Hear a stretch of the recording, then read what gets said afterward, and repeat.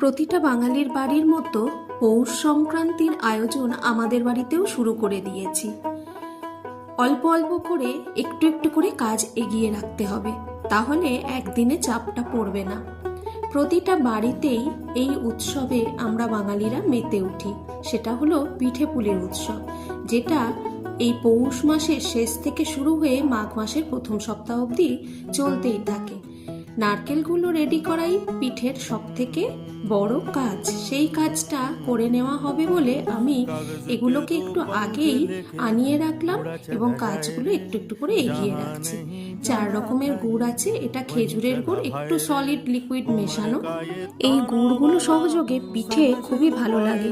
সরু চাকলি পিঠে এটা একদম লিকুইড, আর এটা খেজুরের গুড়ের পাটালি। আখের গুড় দিয়ে নারকেলের পুরটা রেডি করে নিতে হবে।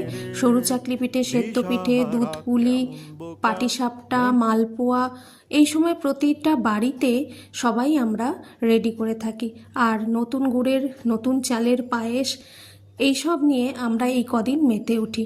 পিঠে বানাতে পরিশ্রম তো আছেই, কিন্তু এই ঐতিহ্য এখনও যে সকল বাড়িতে আমরা বজায় রাখতে পারছি, সেটা অনেক বড় ব্যাপার। এই ব্যস্ততার মধ্যেও আমরা এগুলো বজায় রাখার মধ্যে একটা আলাদাই তৃপ্তি আছে।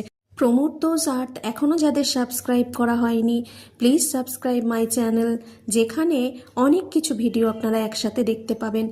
এই পিঠে উৎসবে সবাই ভালো থাকুন, সবাই মেতে উঠুন।